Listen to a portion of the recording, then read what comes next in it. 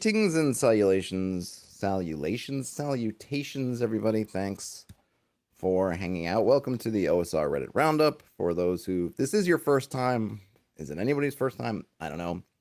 We go through and we check out the OSR subreddit and just pick stuff out, see what's there.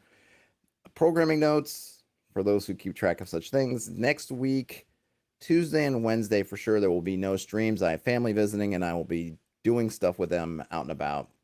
If for some chance things work out that I can stream, probably not. But if they do, I'll update you. But that is it. So just know Tuesday, Wednesday next week, and I'll remind folks on Monday, I guess. Let's see what we've got. Let's just get right down to brass tacks, shall we? On the hot tab of the OSR subreddit, if you want to follow along. As usual, if you're here in the chat and there's something screaming out to you that you want to look at, let me know. Let me know. I'm not the all-seeing, all-knowing eye. Let's see here. It looks like we got something straight off the bat that looks good. Always give some thumbs up to your fellow Redditors. Easier world building with OSR. See where this goes. This is posted by Eric Diaz. Deal of the day. Is that what Day of the Dead? I don't know. Anyhow, Eric Diaz posted, I recently realized that one of the main things I like about the OSR when compared to 5th edition is that world building feels easier for me. Here's a blog post about the subject. And the blog post, I guess they printed it here also, which is very kind of them. And then the original blog post, I guess we'll read on their blog, give them the click through. It's at the methods@madness.blogspot.com /2022/707 world building -character -builds -and -old.html. I will post this into the chat as well. Give it a quick highlight. Throw that in here. What's the name of this blog piece? Let's switch to it first so I can see it. So this is called the World Building Character Builds and OSR. That's fine for my purposes. There we go. There, it'll just show that for a minute because it covers up my face. Okay. World building, character builds, and old school D&D/OSR. Old school D&D is not great at quote-unquote character builds, meaning you do not get many changes of customization unless you're a spellcaster. Oh, well, maybe. And that links somewhere else, which I don't know, somewhere else on their blog. Other than that, maybe you have a magic item or two. The BX fighter, for example, is remarkably simple. He gets a few bonuses on hit points, attacks, and saves, but no new features from level 1 to 9, and no new features after 9. OD&D and AD&D fighters are similar, but the rules cyclopedia and some other supplements at least give them weapon proficiencies, etc. Conversely, 5th edition D&D has lots of customization. Even the fighter has about half a dozen choices on level 1, leading to 10 to 20 variations. Other classes may have more. A level 9 fighter can have at least 20 viable quote-unquote builds, probably 100 with all the supplements.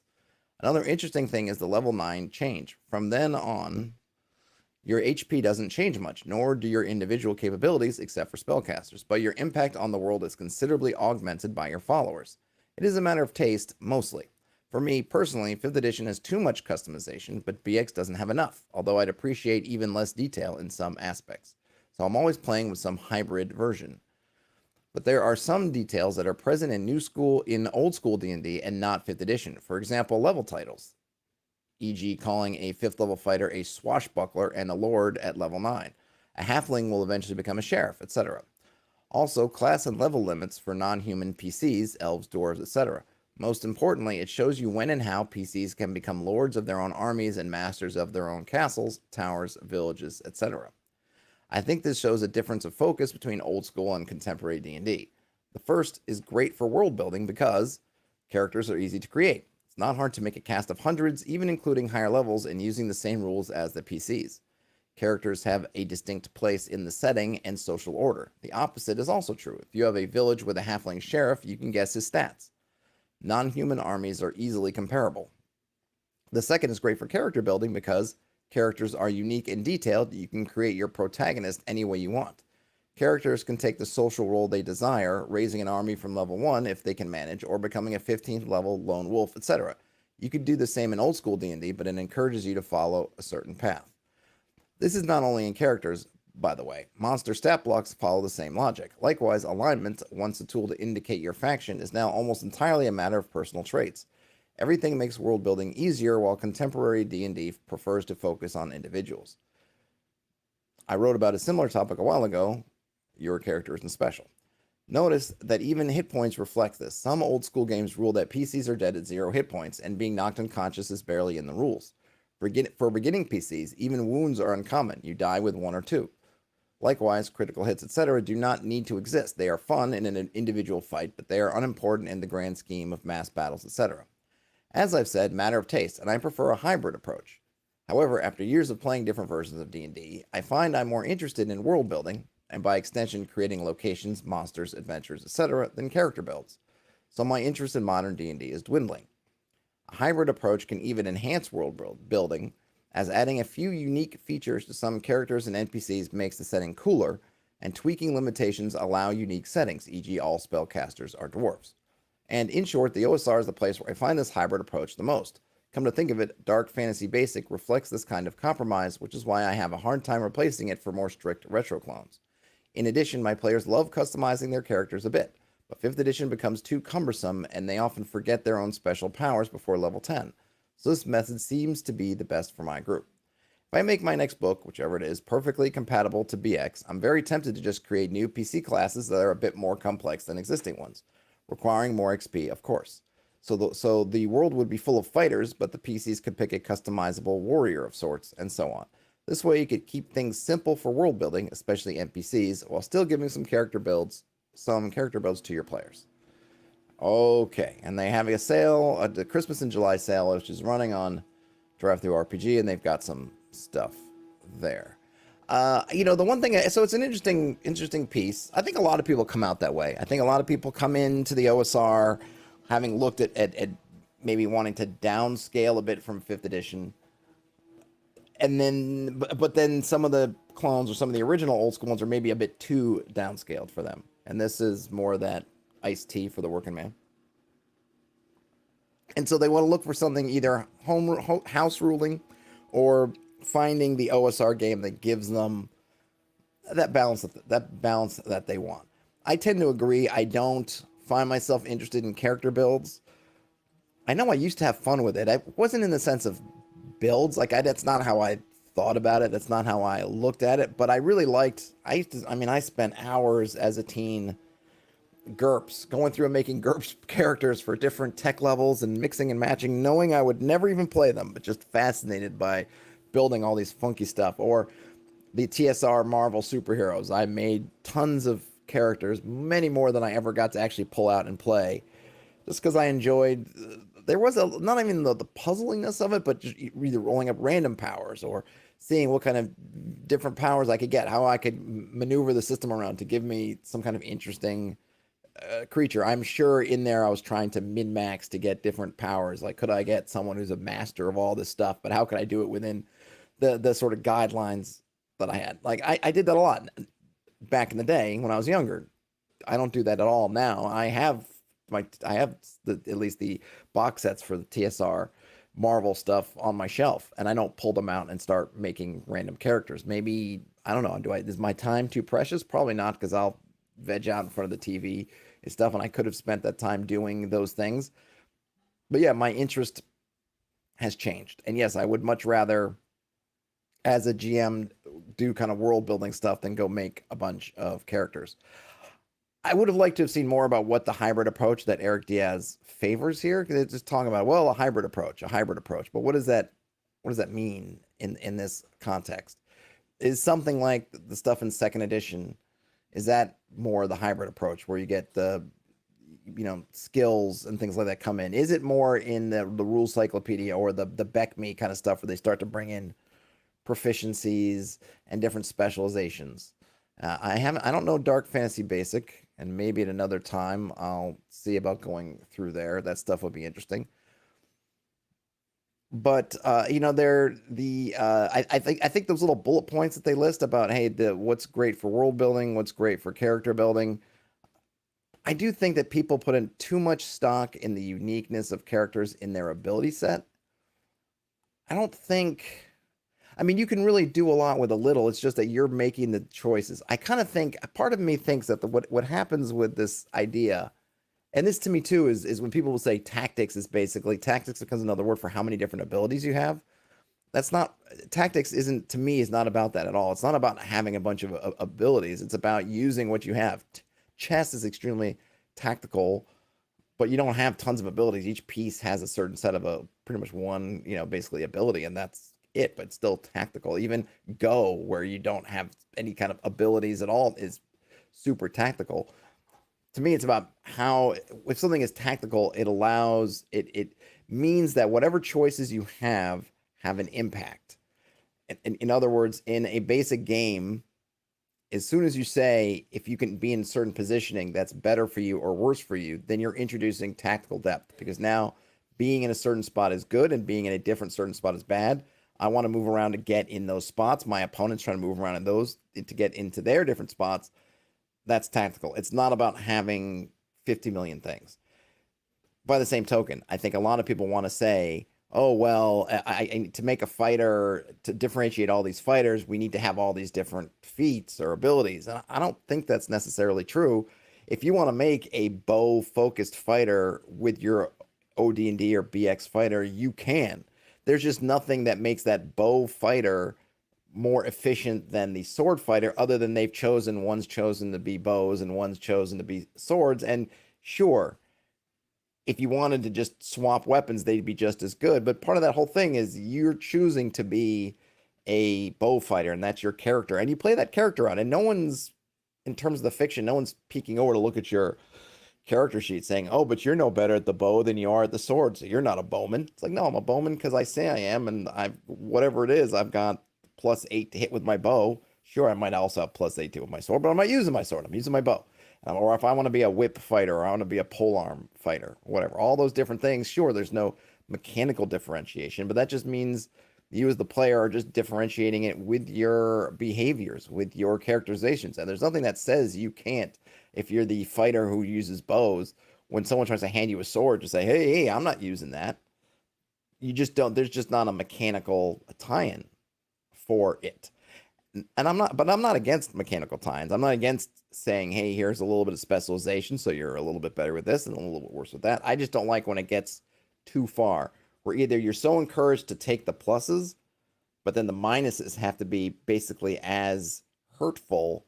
And then you end up in a spot where, oh, great, I want to be +20 with a bow, but now I'm -50 with everything else. And then you're in a situation where you don't have a bow, and then that causes, some players just deal with it. Well, yeah, I'm -50 because I don't have a bow. But I think you get also a lot of people saying, like, no fair, I'm -50. Well, it's like, well, you did make that choice, kind of, didn't you? But I just tend to think at that point, when systems engage with it to that extent, I think it becomes counterproductive, and I'd rather not give the players the tools to create wildly out of balance characters. Yeah, a little bit I'm okay with, but it gets to be too much. I tend to think like, maybe this is not the abilities I want to give away. Ironcaster, hey, Ironcaster says too many skills or abilities can lead to a choice paralysis. Yes, this is also very true. So I would just like to know from Eric Diaz what they like. Oh, I see. Dark Fantasy Basic is one of his works. Okay, cool. So that was an interesting little piece. I would have maybe liked a little more detail, but not a bad thought post. And they were kind enough to put the whole shebang in there. Any good comments about it? Gulchfiend responds saying, I don't like the customization in 5th edition. It feels like it's only customizable on paper. In my experience, most classes have a few choices. You make once at low level and then you stick with it. I rarely play casters, though, because I hated choosing spells with the PHB. Yeah, I don't think it's too bad. I think it also depends where you're starting your characters. I think one thing with starting your characters at first level, as much as I think people find first level kind of a grind in 5th edition without a purpose, because it's kind of unlike where you're going to be, is that you kind of get a sense for your core, and then you sort of ease in a little bit to getting more abilities. They really have set it up that it's almost the tutorial level, right? Which always feels like you start the game, and for the first 10 minutes, you can't do half the things you can because it's going to wait and show you how to jump. And until then, you can't really jump. And then it'll show you how to climb. But before that, you couldn't climb. So you kind of feel super limited. But by the time you come out of that first little dungeon, you've got all your abilities. So it's worthwhile. Slickarius in the chat says, I like Worlds Without Numbers as it strikes a nice balance between OSR and more modern character choice options through its foci. I only read Worlds Without Number in terms of the world building stuff. So maybe I have to go back and look at their other tools. Let's see what else we've got here in the sub. A small psychedelic hex crawl I wrote for a friend's birthday, Roger Dean, and Adventure Time vibes. Why not? Just give it an upvote, and then I think this is going to go directly to another page. This was posted at eldritchfields.blogspot.com. Beyond the Edge of the World hex crawl. Let's check it out. Beyond the Edge of the World. All right, I'm linking to the blog. We'll see if you want to check it out. On Google Drive. All right, let's see what's what. This is a psychedelic hex crawl, which was for G's birthday by Thomas Kisbali at eldritchfields.blogspot.com. I'm just checking out the hex crawl here. It's a nice mix of environments. We've got sci-fi vibes, Adventure Time vibes. We've got some kind of cave over here. We've got, some kind of radiation zone. We've got some kind of military, a tower or something over here. What would that be? A strange something pyramid over in the corner. We've got, looks like a town, maybe a town and two villages. Do we know what I don't think we're given a scale. And then we have a little, what is this blue thing? A lake? No rivers, no roads that we could see. Oh, and that's it. It's a really simple. Okay. So yeah, it's I don't know if I would call this an adventure. It's kind of like a little micro setting. We got a random chart of encounters, one for the desert and one for the mountains. So I guess this is all desert other than the mountains. So we have, I don't know what the green for the cacti. We have these deadlands over here. It looks like some kind of spaceship.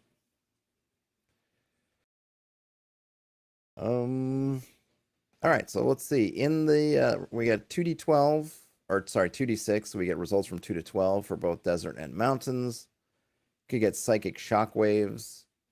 A wizard might come by. You might find some owl people, or some owl people find you. You disturb some vipers. You find some dinosaurs. Cool. You run to a hunting party. Some zigzagged hyenas. Electric eagles, velociraptors, giant tumbleweeds. Ooh, or a spaceship. That's in the desert. In the mountains, you could also get the same psychic wave. You could be attacked by a yeti. Or, I guess it is an attack.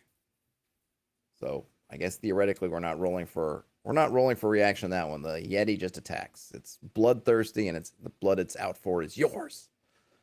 Get a lightning strike. You find a living crystal giant, purple scorpions, another hunting party, some cannibals, some woolly mammoths, vampiric moths. Ooh, I like that. You get a tremor, an earthquake, basically, or some purple light shoots out in the air from Infinity Peak, which is where? We don't know where Infinity Peak is, but maybe it's that white-capped mountain over there. Now, special areas. We have an ancient watchtower. 3 60-foot-tall tetrahedra of black glass standing on the vertices of an equilateral triangle. A red metal platform marks the center of the triangle. A person standing there falls into a trance and can observe the world through the eyes of a satellite for 1 minute. Doing this more than once can cause serious neural damage. Crystal Cave, that's where the abominable snowman lives. 5-5 is the, what do they call that? The Infinity Peak. So was I right? Yep, that is that snow-capped mountain. The smiling sage sits here since the beginning of time. Her snow-white hair, currently 2 miles long, flows down the mountains, tangled between sharp crystal rocks and thorny bushes. Ouch. Doesn't sound like fun. But what did they know something we want to know? There's a village of 90 rainbow people, a stronghold of 130 owl people, led by Ooh Hoo Hoo, or Ooh Hoo Ooh. There's a dormant volcano. There's a cacti of life. There's an anomaly. There's a crashed spacecraft. Village of 250 ant-men. That's at 11-8. Which one's that? 11-8? Oh, there. Okay, that's just that town. And then Salt Lake, home of the talking eel, which I guess is that fish symbol. So pretty cool. So it's a little bit gonzo, a little bit sci fantasy. I mean, it seems nice enough. It's a nice big area. You got, I mean, there's a lot of land there. But I think they kind of have to, because given that these are not all the same culture here, you kind of want to give them some space. Otherwise, you end up either. I mean, if you don't want to, you end up in spots where you've got owl people, ant people. What were the other one? Let's see. We got ant people, owl people, and rainbow people. So unless you're going for a real, I don't know, what was that? The Star Wars cantina kind of feel. It's nice to space them out. I mean, but maybe then your conception they are hanging out all the time. I think it's a good start. Like, this is a good start. They're putting it out for free. It's on Google Drive. They did it for the friend's birthday. I'm not going to hammer on them. They're not asking money for this. I think if I was going to take this, I would say this is a great start. And not that you have to add in actual adventures in here, because I think having it as a micro setting and letting people fill these things in are fine. You could take this and say, oh, that crashed spaceship, I'm going to make that, the barrier peaks. I'm going to do something else over here. You could easily add some different elements in here. What would be nice to know is how do these cultures all interrelate to each other? If we consider these cultures kind of factions of the roids, we have rainbow people, we got ant people, we got owl people. Like one, like, what does rainbow people mean? Do they have, like, what does that mean? So it'd be nice to know a little bit about that, because whereas owl people, I can kind of find an image in my head. Okay, owl people, all right. Ant people, I got that. Rainbow people, I'm not sure what they mean. So yeah, I'd like to know, okay, what does that mean? Maybe their friend who they did this for the birthday, it's inside joke, totally makes sense to them. Great. For general consumption, hey, give me a little bit about what rainbow people are. I'd like to know, what do they do? What do they do? What do they want? Who are their friends? Who are their enemies? Might be nice to have. Some concept of, are there roads in here? Do they trade with each other? How much of this area around these villages do they claim? Maybe they don't claim any. Is it just wilderness and these isolated towns? It may be nice to know why those are isolated. Did something happen? Are we in some kind of post-apocalyptic thing? They're in the desert. Why? Is this just their natural habitat? I don't really think of owls in the desert, so it might be interesting to think of, okay, why are the owls here?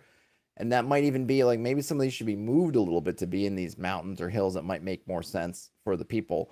I don't really think of ants in the desert either, because don't they usually eat on kind of green stuff? So maybe ant people eat differently. But maybe thinking about, well, they're all in kind of deserts. What are they eating? What are they drinking?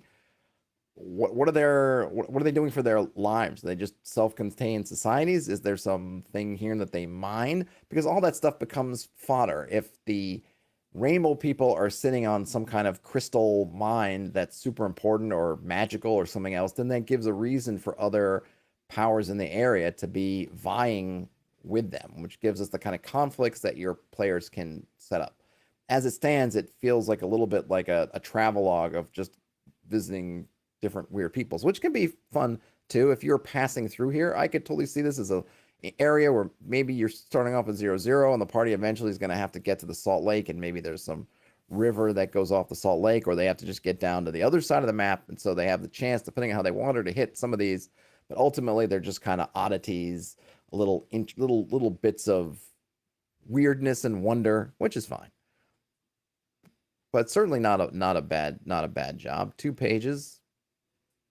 I think, good first thing. I think this is one of those things where Look, again, I'm not going to hate on somebody for releasing something with their friend and then throwing it out on the internet. But I think, if you're going to put it out there for full public consumption, I suppose, it's free. So what am I going to say? I was going to say you should do these things, but like, it's free. So I can do that stuff myself. I can download it and do that stuff myself. But there's things that I would like to know. But I think you could certainly look at this and think about for your own self, like, is this enough? And I think that this is something you could look at and say, this probably didn't take them that long to throw together. And they have something that's a nice basis. And then you could just go in here, you start just digging in and asking yourself some questions about it. I mean, you can almost look at that in kind of a Gygax 75 sort of challenge sense. Is here you've got this nice basis of basically the first bits. You got a map, you've got some interesting places. You could use prompts and different things and tables to roll through and get some things like rainbow people and owl people, and you can create your own. Then you get these bits, and now you just have to go and say, okay, if I was going to game next week, what do I need to do? Let me fill out these factions a little bit. Let me figure out some of the connective tissue of these places. Because it's a little, other than the fact they're all kind of in the desert, nothing really seems to fit together. So I want to think about, well, how do these fit in together? And then maybe where do I want the party to go? Do I envision them trying to get to the sage up there in the mountain? Are they going to be trying to go into one of these other places? Like, are any of these, other than the fact of just they are what they are, yeah, how might these actually factor into what I want my party to do, or really what my party might want to do? But good stuff. That was Beyond the Other Worlds, which was posted on Eldritch Fields. Null Terminated says, I think I'd assume the rainbow people are similar to the Carcosa setting. I have to refresh my memory. It's been forever since I've really looked at Carcosa. I don't recall what the rainbow people meant in that setting. I don't know that Carcosa at this point, you think that really people are still, I feel like I don't really hear a lot about that one anymore. So I don't know that I could assume that that's what they're coming from, but who knows? Maybe they are. I mean, I don't really recall that version of rainbow people, but even if they were, I'd still just put a couple of words in there and tell me what they are. But I'm guessing that their friend, the person that really this is meant for, probably knows exactly the reference to rainbow people and what it means to them. Let's head back. Did I give them an upvote? I did. Okay, someone else posted a link. The title of the thing is Mind Blown Hex Roll a Sandbox, which is going to take us to pendicepaper.com. So let's see what this is. Oh, this looks like it's a tool. I will throw this one in here. Also, this is Roll a Sandbox. This should be good. Right up my alley. There you go. In case you are looking for that. What did I do? Okay. No, I don't want you there.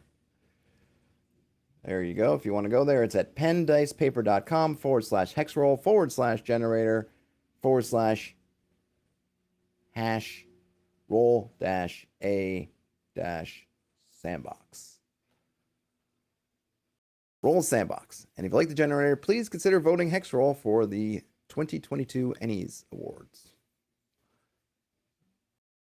It's set up in several sections. First we have biomes. We can set some probabilities, but we don't know. I don't know what that means. Mountain's probability is 3, but 3 out of what? So if we add all these together, 3, 6, 9, 12, 14. I don't know. What does that mean? 3, 3, 3. 3 out of 6, 3 out of 12, 3 out of 20, 3 out of 14. I'm not sure. I'm going to leave that alone. Raid LC says, this thing is pretty incredible, but it reminds me in a weird way of AI art. Not quite there yet. Something to build on. Okay. All right. This is where I'd like a little bit of an explanation, knowing if I'm guessing it's just going to do the math behind the scenes to turn these. So everything is basically equal probability except for coastlines, which probably makes sense. I would probably, let's see, I'm gonna say mountains 2, deserts 2, plains, forests. I think that's how I'm gonna go. Number of regions, generate between 8 to 12 regions. Okay. Hex count per region, 4 to 8 tiles per mountains region. I'm going to say 4 to 6. I'm going to say, I don't think you really, I'm going to say you don't really have small deserts. 4 to 8.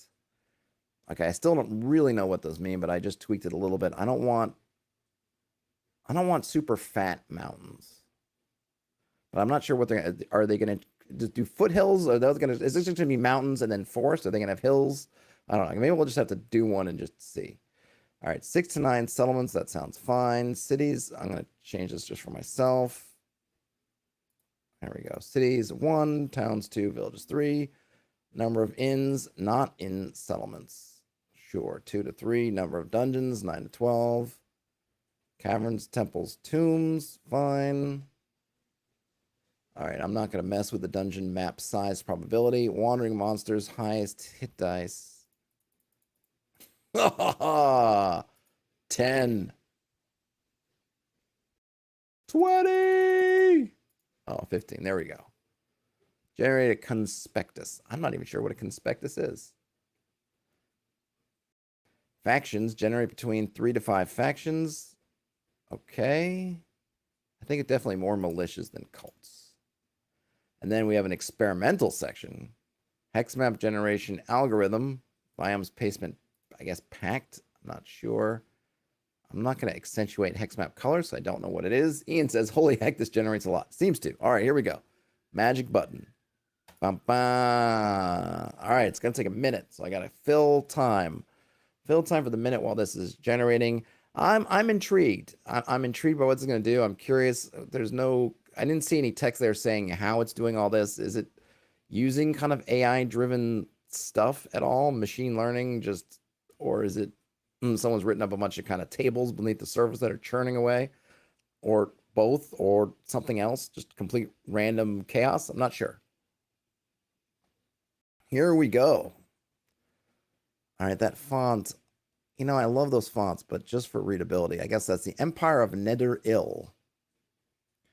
Yeah, I think I would have done, if I had to do over again, I would definitely do increased colors for those hexes, because, yeah, that's way too subtle. Red feather strands. For that area, we have the Fireborn Steppe, Thunderwave Fields, Demon Skill Crags, Lifeless Woods. It looks like we can click on all these too. Dark Armor Woodlands. Okay. So I'm just going to go through, before we dig too much into this. Daniel Everett says they love it. Let's go through and I'm just going to read through, because it looks like, boy, they're giving us a lot of stuff here. So I'm going to read through everything, and then we can go back through and unpack. And we even got a handy side table of contents. Boy, this really does give us everything in the kitchen sink. Okay. First up, the background. A mysterious object fireballed down from the sky during a stormy night, emitting a shockwave of fears and rumors all around the realm. Okay. A shockwave of fear and rumors. That's an interesting phrase. Population. So in this area, the entire Empire of Nether-Ill, there's roughly 29,000 souls. We have the leader, the person who's currently ruling, is Bishop Arbar Edrahilda, a level 13 cleric, big round belly, wise dark eyes, and long skinny fingers, and they're queasy. Do they make us feel queasy, or are they queasy themselves? Oh, why did that do that? We get some stats on the bishop. Armor class 5. They're wearing chainmail. I'm just looking. I don't care about the particulars. 16 wisdom, 14 intelligence, 7 strength though. Got some spells, and then they have and then in the bishop's entourage, Agia of Windhead, who commands the realm's forces, the level 9 elf. She has long braided blonde hair, wise dark eyes again, and long skinny fingers, but is unsure. Oh, I like that in the pocket. 2 copper pieces in an empty vial. My God, Bishop, pay your people. 2 copper pieces? Come on now. Do better, Bishop. Arbar's sage is Ordrada of Karan, level 9 elf. Cold dark eyes, wavy blonde hair, and a sigil tattooed on the neck. Is hopeless. Also 2 copper pieces. Bishop, pay your people. Gosh, the confidant Electa of Hidsman only has a dirty handkerchief in her pocket. Also a level 9 elf. So boy, this bishop likes to surround themselves with elves. Poor penniless elves. Here we go. Into the regions. All right, so we got the leadership of this empire. Now we get, oh, and I like this. This is, I gotta say, this is nice. Giving me a close-up little map of where these places are is, I have to say, is fairly excellent. The village of Syro, giant thin pillars of rocks are barely supporting an even bigger. Okay, so there's probably some typos in here. I don't know if it's the whatever thing they're doing to put together or if they're using full blocks of content if there's typos, but that's probably bound to happen if you don't have something sweeping by afterwards and cleaning up things like your A's and ands and his, hers, and theirs and that so forth. So giant thin pillars of rock are barely supporting even bigger plates of stone. Some of these huge mushroom-like formations have already collapsed. The others are likely to fall as well soon. The bustling village of Syro blends seamlessly high in the mountains. Terrence says, elf poverty fetishist, typical priest, to be honest. Maybe so. So that's kind of weird. So they gave us a description for the area. So I'm guessing the hex itself is this. The only thing I would say is, okay, so the village of Syro, which we don't actually get any information of, at least in this, but it looks like we're going to be able to click somewhere else, so we'll go down there. But it's weird because it blends seamlessly high in the mountains, but does it blend into these thin pillars of rocks?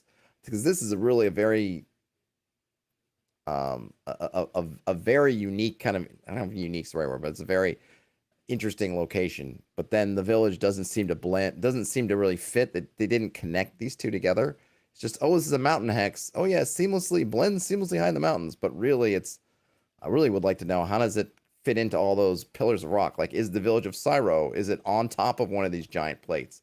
Are the giant plates looming above them and the town's trying to figure out how to get them not to fall, or maybe the tower, or the town has figured out how to support some, I don't know, something like, I just want to know about those two areas, but they don't really interconnect. I mean, of course, this isn't a huge problem. I could do this myself, but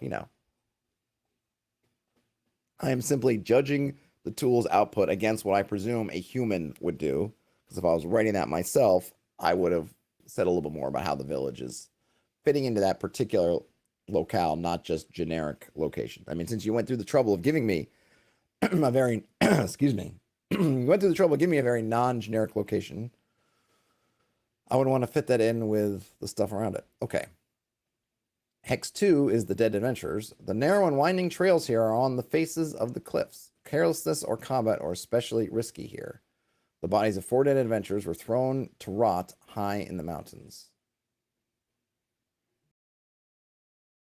So maybe we would say they were thrown off some of these winding trails. I don't. The winding and the narrow winding trails are on the faces of the cliffs. I don't think that's quite the image that they're going for, because that to me makes it sound like you're literally like on the side of the mountain, like you've got some kind of like grabby boots or some kind of spider power that you're literally winding up the side of the thing, climbing like that, which I think they mean is they're narrow and bordered by cliffs, or on the border, the sides of the, right on the edges of the mountainside. So I would probably want to rewrite that to make that a little bit clearer. But, if we're dealing, when you're putting together these kinds of, however they're putting it together with the different source of information that they're mashing together to make these interesting locations, you tend to run into those kinds of oddities of language. So that was that. And then we do get some random encounters in this particular hex. 1 in 6 chance when exploring, or 2 in 6 chance of camping overnight, to be ambushed or preyed upon by either orcs, berserkers, bandits, or goblins.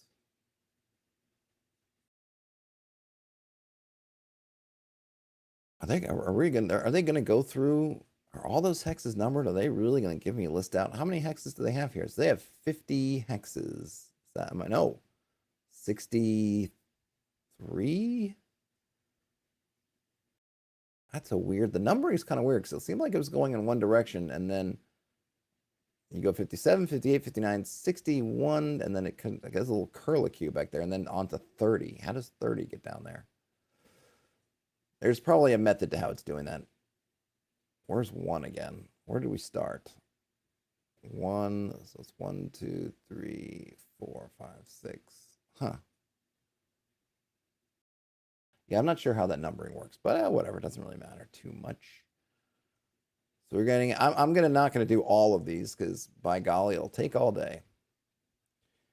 I'll just kind of do the names. So you get kobolds, more dead adventures. Now we're into, oh, okay, that's cool because you get kind of subheaders for the regions. So that was the Demon Skull Crags. Now we're into the Dark Armor Woodlands. There's an abandoned village. Got some ogres, the Lost Sword Lodge, Crypt of the Raging Blood, an altar, a bridge, not to be confused with Altar Bridge. The city of Gora. The city of Gora stands majestically, secured within its guarded walls near a water stream, as opposed to a stream of something else. Gora is ruled by the hated and corrupted mayor Onesta Reinbalda, and is known for its beautiful hanging gardens. It's probably, there's a little bit of irony there that the mayor who's corrupt is named Onesta. You know, their parents, they probably knew something, you know. No one listened. Fireborn Steppe, we get more dead adventurers. We get Temple of the Cruel Desire. A lot of adventurers getting thrown to rot places. Do they use that same? Yep. That must just be the base language. Thrown to rot at the top of a hill. Not the bottom of the hill. They were thrown to the top. Must have been a giant or something that threw them. Temple of the Cruel Desire. Another bridge. Some more dead adventurers. Thrown to rot in a valley. At least that one makes more sense. It is a valley, so they're thrown to rot down into it. But can someone look? Listen, who is our man? What's the name of our guy here in the Empire of Netheril? Let me just. Can I just? We need a public service announcement. Stop throwing your adventurers to rot in places. Okay, they are good for things. All right, at least put them in the ground. Stop. You don't want to. Your lands are littered with the bodies of thrown adventurers just rotting away under the sun. Clean up your act. Do something about this. People are going on walking tours and just running across bodies of adventurers. It's not right. It's not right. It's not about how you treat your best citizens. It's how you treat your most at-risk citizens. And adventurers are the most at-risk citizens. No doubt about that. Because goodness, there are dead adventurers everywhere and lots of bridges, which I guess I appreciate. It's got a good infrastructure plan here in Netheril. Wagons. People just throwing wagons away. More altars. Now we're into Thunderwave Fields, the Shrine of the Crying Horrors. I do like that name. Another altar. A portal. More wagons. See, people are just throwing their wagons away. Just leaving. Can't take it. Probably the wagons got stuck on some rotting adventurers that were thrown down in the road and just couldn't get the wagon past it, so they just left. I don't blame them. The town of Karaja sits behind a wall at the top of a hill on top of a hill. You get some geysers. Now, onto the Night Shadow Cliffs, where yet again, more wagons. I think there's also a wagon problem going on here in Netheril. Another bridge. More ogres. Get some frost giants. In the ice forged wastes. Again with the dead adventurers. Is there a connection between the bridges and the dead adventurers? We do not know. A giant rattler, a tarantella, Black Spear Inn, more dead adventurers, and then the Shrine of the Twisted Slaves. Into the Gold Mask Forest, there's a Tomb of the Forsaken Hopes, another bridge, an altar, some sturges. onto the Vicious Cliffs, in which is another altar, a watchtower, a Medusa, Crypt of the Dark Order, Crypt of the Dark Ogre. Well, we've run into ogres, so it's about time we saw where they buried them all. Red Feather Strands has the village of Kona. Sits quietly near an estuary. Oh, that's very pretty. There's a shrine of the Cold Witch. Town of Oldun, Tomb of the Nameless Order, Caverns of the Mad Lich. Ooh, I'm glad I put a high. You want a good variance in the HD. So yeah, I like that. I want as much different stuff in here as I can get. Zacharias says that honestly, this is pretty impressive. It is pretty impressive. It is. And the stuff I'm kind of having some fun with is stuff that's clearly because you have a lot of automated processes putting together these snippets that don't have enough, don't have enough, but there's not that much variety in there. So that's why you get the same phrase for dead adventurers in every hex that has them. Wow, red dragons. There's 2 of them here. More wagons. Probably could use some variety in some of these things. Wagons, another lodge, more wagons. Temple of the Burning Pits, Dark Storm Barrens with more wagons. Were all these adventurers driving wagons? There's got to be something here. Something between bridges, wagons, and dead adventurers. I'm thinking there has to be a connection. There's a story there. Somebody come up with a good story that links up why you'd have lots of abandoned wagons, dead adventurers, and bridges all in close proximity. Lair of the Lonely Blades, another watchtower, the village of Moundfar, not to be confused with Hillsfar. We have Moundfar. Some more dead adventures, abandoned village, another bridge, and we get some more info on the settlements. So Claire says, as a basis to spice up, though, this is a ridiculous amount of quick generation. Yeah, I mean, they're getting better and faster. And yeah, it just takes, this gives you, I mean, I agree completely. This is a good first pass. And then you take this stuff and you put it in your own framing and you figure out some of the stories behind it. Maybe you get rid of some of the things or you come up with different stories. Maybe some of them are not, they're not all adventurers. Some might be farmers or other kind of bodies or whatever you do with it. But yeah, totally. I mean, there's a lot of time this is saving you by giving you hexes, giving you names, places, all kinds of stuff. Absolutely. We get the town of Oldun that gives us the shops and services, patrons and visitors. Wow, there's a lot of good stuff here. I'm not going to go down all these. Some bulletins and some rumors. Let's just take a rumor. Morbida Richberga's wife is held captive in the Crypt of the Dark Ogre. These all link together. Oh, that's nice too.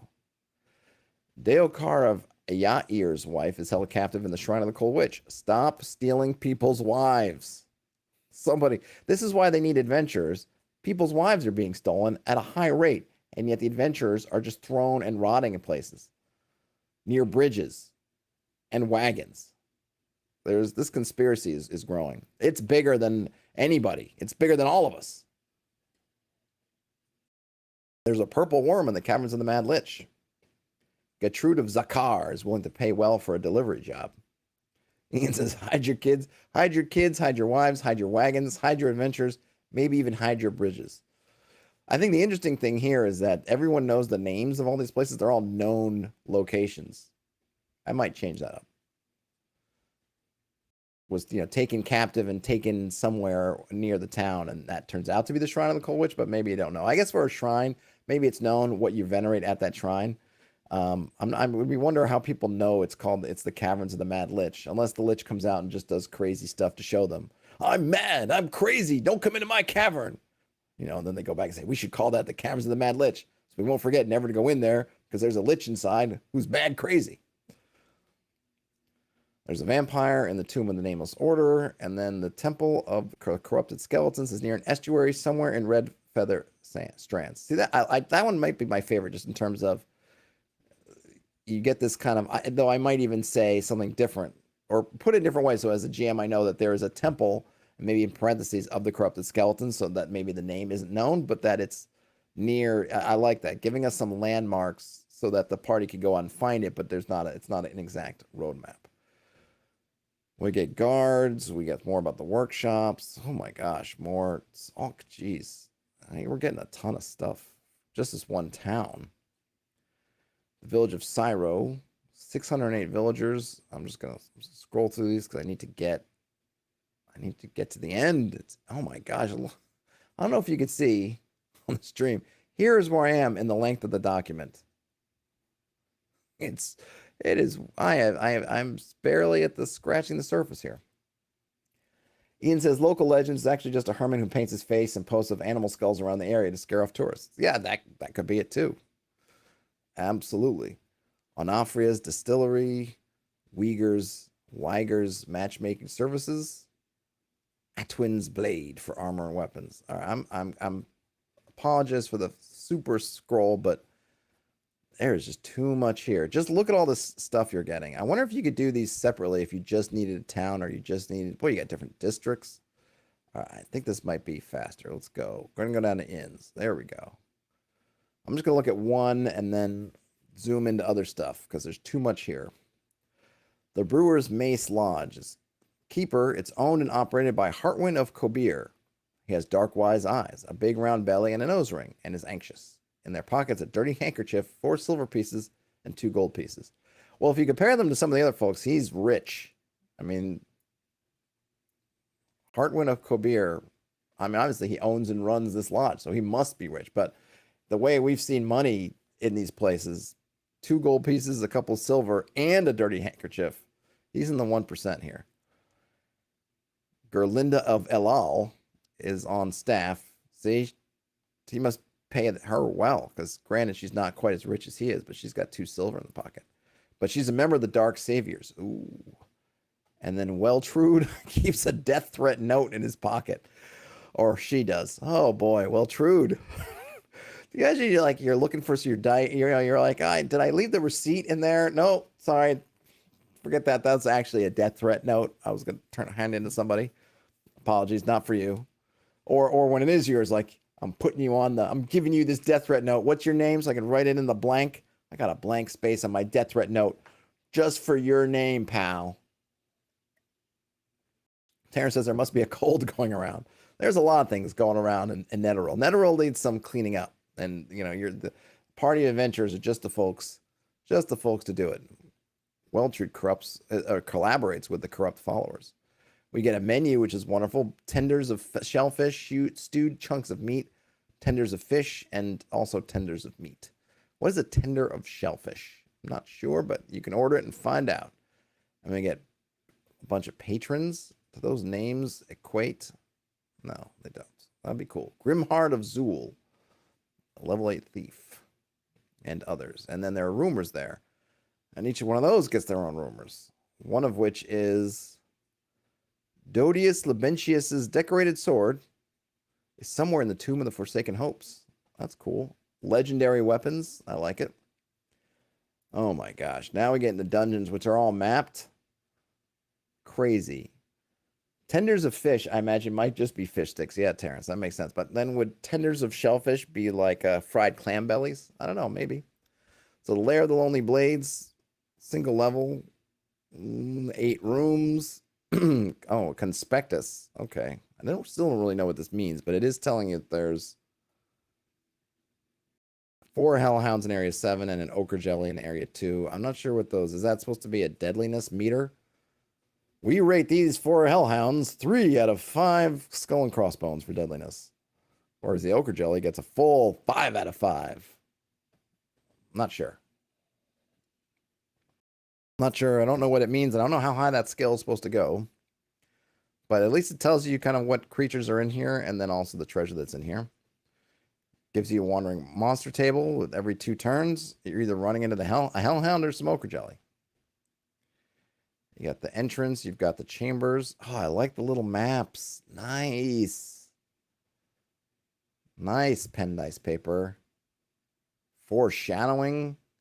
A torn canvas bag was left on the ground near an entrance to this area. What is it foreshadowing?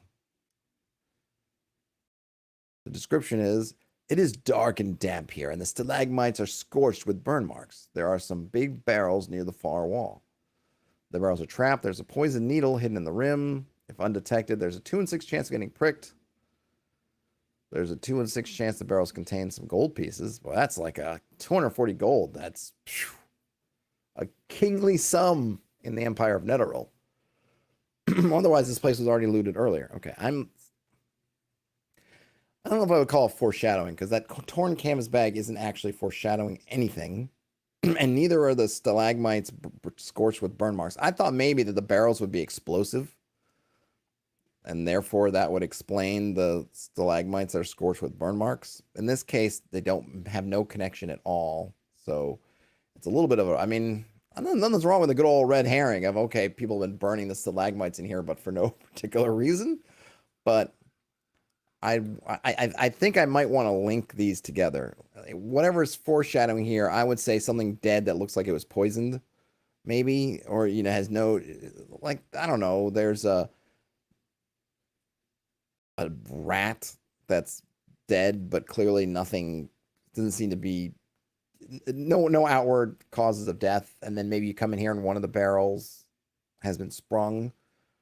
I don't know. So, but it's just weird because it's not really foreshadowing anything. And the description here, they don't feel connected. The stalagmites scorched with burn marks is a great detail, but I really want it to connect into this other stuff, and it doesn't. Terrence said, these barrels are how they ship their dirty handkerchiefs. Yeah, you gotta, I'll tell you what, besides adventure disposal services and maybe wagon towing, okay, the top three businesses that someone is going to exploit in Netherworld and make a fortune. 1, dead adventurer removal. Got to do it. 2, wagon towing. And 3, dry cleaning for handkerchiefs. Whoever can nab those 3 businesses in Netherworld, I mean, fortune's made. Hey, Ian Wise. Welcome. Brian Smith, you made it. Awesome. For the folks that have just gotten here late, we're going through this crazy, did I say crazy detailed everything generator over at pendicepaper.com. It's crazy. It's a super amount of information. I don't know. It's, I mean, it doesn't all fit together, and I've been going through and having some fun and, picking some nits with the stuff it gives you. But I mean, there's no question it's just giving you a crazy amount of stuff. I think the really thing I want to know from this is just looking at all the stuff it's giving is I just want to know, is it going to give me an export that I can take out? Because I'm going to have to go through and edit all this stuff. And I'd love to get it in something that's kind of can keep this kind of nice formatting it has. And I can do the editing and go in here and change the stuff, because it's giving you a great first draft. It's definitely requires, as all the kind of random or automated generators do, you want to go in and clean stuff up.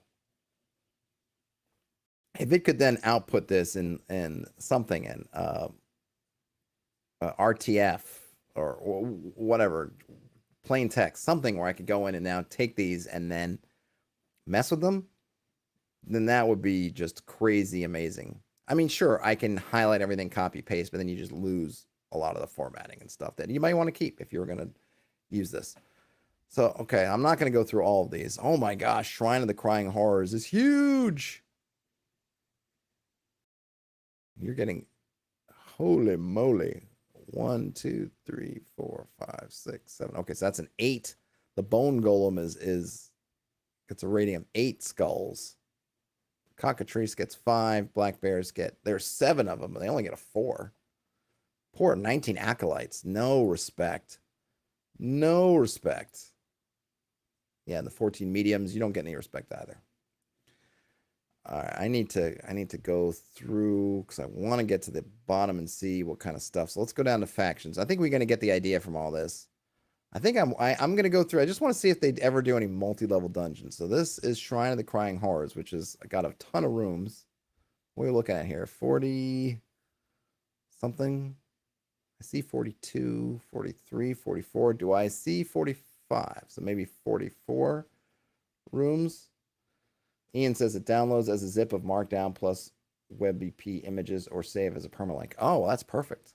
I mean, the permalink, it's okay. I mean, look, it's not bad. It's great, but you can't edit things unless you want to, there's not really a way to edit it through the permalink, but through this other stuff you can. All right, I just really want to see if we get a multi-level dungeon just to see if it does it. Nope, Crypt of the Dark Ogre, Shrine of the Twisted Slaves, Tomb of the Nameless Order. Ooh, it's got a maze in the middle. Lair of the Ruinous Souls, Temple of the Cruel Desire. Jeez, Temple of the Burning Pits, Temple of the Corrupted Skeletons, Caverns of the Mad Lich, Shrine of the Cold Witch. Boy, that's quite a shrine. Tomb of the Forsaken Hopes. Oh my goodness, it's big. Crypt of the Raging Blood. So either we can say that the generator, as of this moment, does not do multi-level dungeons, or we just didn't get one. But I'm going to guess that we didn't get any multi-level dungeons out of 1, 2, 3, 4, 5, 6, 7, 8, 9, 10, 11, 12, 13. I'm going to say that since they rolled 13 of them and not one of them came up multi-level, that just might be something that is not part of the system soon, which could be good, could be bad. You can always cut them up into levels or switch out with, your map of choice that you get from Dyson Logos or wherever you find your maps, or make your own, whatever. Let's just take a quick look at the factions here. We get the Fists of Hope. The Fists of Hope militia are conspiring to eliminate all cultists. That's not a bad plan. The militia's usual gathering venue is the Glowing Staff Inn in Gora. I like that. I like that a lot. Give them a little home base area in a specific location. And hopefully it doesn't look like this links to anything, but they don't link it back to Gora. But I hope there's a note there too. It says we can cross-reference it. If I'm at the Glowing Staff Inn, I get a note saying that the Fists of Hope meet here usually, and then get that reinforcement, and I can come back here and say, okay, they meet there. And that way, when I'm describing that inn, maybe just as fate would have it, there's some of those militia members meeting there, and that can become a thing, or something that can develop over time. Rubus of Kafia. It's a level 8 fighter, and we got membership, and we have collaborators. Oh, nice. See, they need to. Where was that other? When I looked at that, if you didn't catch the stream where I went through a bunch of generators, they had a faction generator, and this could work right in with that. There's a way to combine them. Very cool. The Dark Saviors. A Tilda of Springvale's level 8 cleric is the cult leader. The cult hideout is in the Temple of the Corrupted Skeletons. All right, I want to go back there and check and see if the Dark Saviors actually show up there. Where did it link me to? Oh, here it is. In the conspectus, the Dark Saviors are using this dungeon, and there's a 2 in 6 chance to find them and the mediums here. Very good. Well, there you go. Bow, bow, bow. Did they give them a specific place? All right, I don't want to waste time, but I do appreciate that they link those together. What is break glass?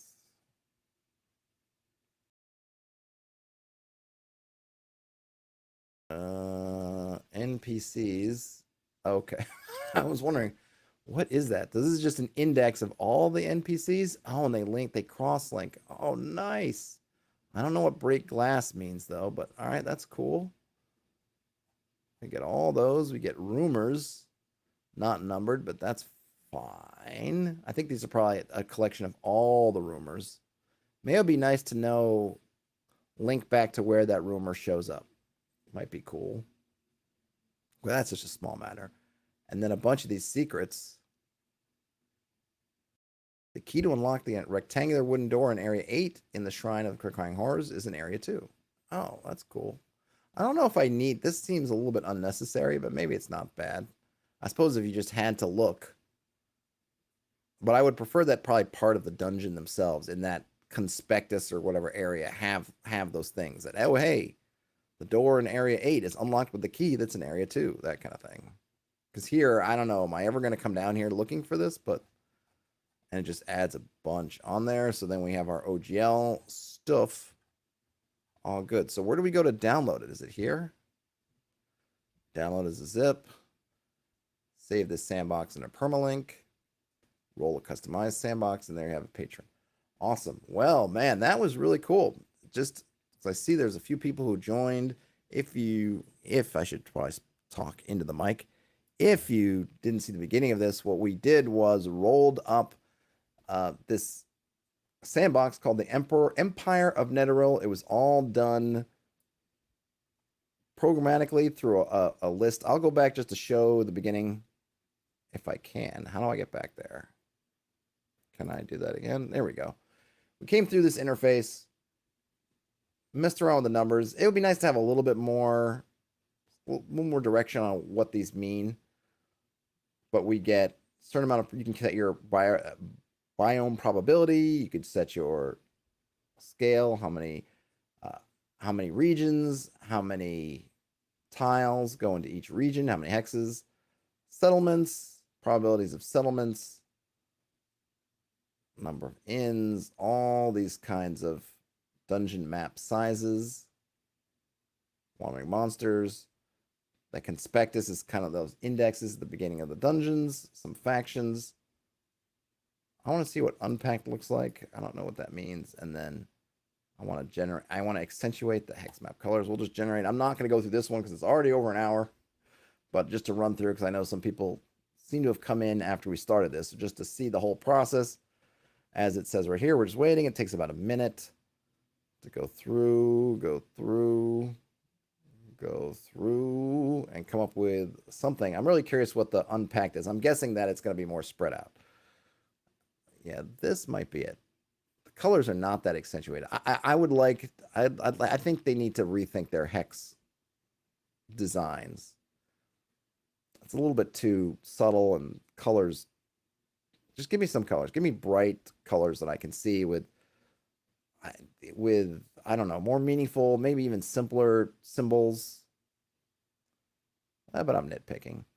Now we got the Lands of Trebar, 1,000 Shrine Dunes, and you get a whole bunch of stuff. Very cool. Take it, save it. Seems like you could save it in a way that you can go in and edit it, and I think theoretically keep a lot of this formatting, which is really handy dandy.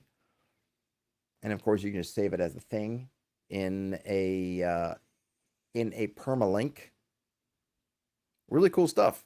Pen dice paper. Hats off to you. I think there's definitely room to improve it, but I mean, this is kind of crazy. I mean, yeah, a minute and you've got a whole little mini setting here, which is wild. I don't know how much time this could save for you coming up with these things.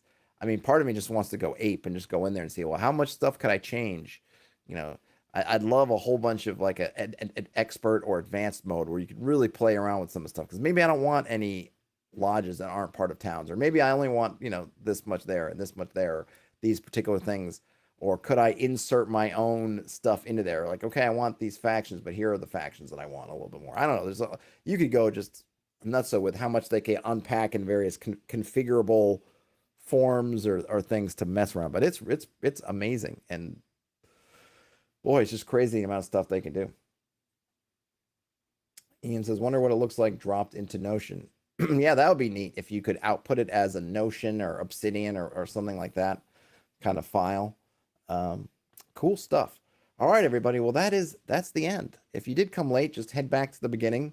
I thought we went through some interesting stuff. The Reddit was subreddit was pretty kind today. I didn't have to go deep into the hot tab to find a bunch of stuff. And then, I mean, once we ran into this, I knew that there was probably was going to be the next and last thing covered on stream today. So that worked out really well. Don't they both use Markdown? What is this giving me again? The download is, what did they say the down? Someone who said the download? Oh, Markdown. Yeah, it could though. I think Notion, I don't know, because I think this is all in one giant document, and Notion, I mean, I guess some of the shortcuts, but I always think of Notion as interconnecting different files and subfiles, and I think this is going to give you one big file, but I don't know. But you could certainly take it into something like Notion and cut it up into smaller files so you can make better use of some of their things. But yeah, Notion does use Markdown. It does. All right, folks, this is pretty awesome. I hope if folks, if you do go down here and come up with and mess around with this and come up with some cool stuff, send me some links, drop them into the comments. I'd love to see some different things. I'd be really curious if some folks took this and then what they did with them. This is one of those things. I mean, I imagine that the creators of this, at least if I'd created it, I'd love to see people taking these and then coming up with wild and crazy stuff, editing it, and I'd love to see what they look like. So let me know if you do anything with this, what you come up with. Other than that, have a great rest of your day, night. Hey, it's Friday if you're watching this in right now, so have a great weekend.